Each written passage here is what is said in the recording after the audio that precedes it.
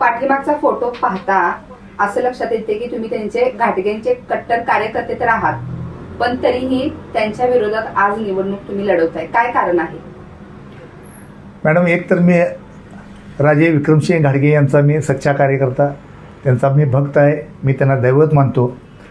परंतु आत्ता जी वेळ आहे, म्हणजे माझं वय 58 आहे, आत्ताच मी रिटायर झालो नुकतं, आणि मला समाजकारण करण्याची फार आवड आहे आणि ती माझी हॉबी आहे.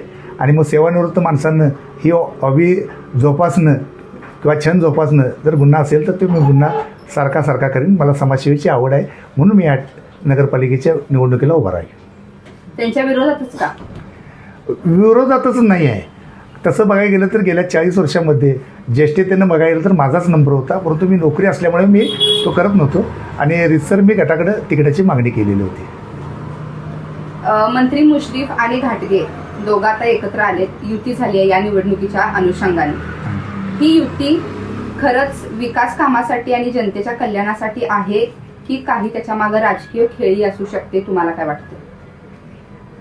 फार मोठी माणसं आहेत, प्रश्नसुद्धा मोठा बोलला आहे, परंतु उत्तर द्यायला पाहिजे की राजकारणामध्ये कोणीच कुणाचा मित्र आणि कुणाचा दुश्मन नसतो, त्यामुळं हे असतं. परंतु आमच्या इथं पक्षीय राजकारण नाही, गटातटाचं राजकारण नाही, परंतु ह्या दोघांच्यामुळं सामान्य कार्यकर्ता होरपळला गेला हे ठामपणे मी सांगू शकतो.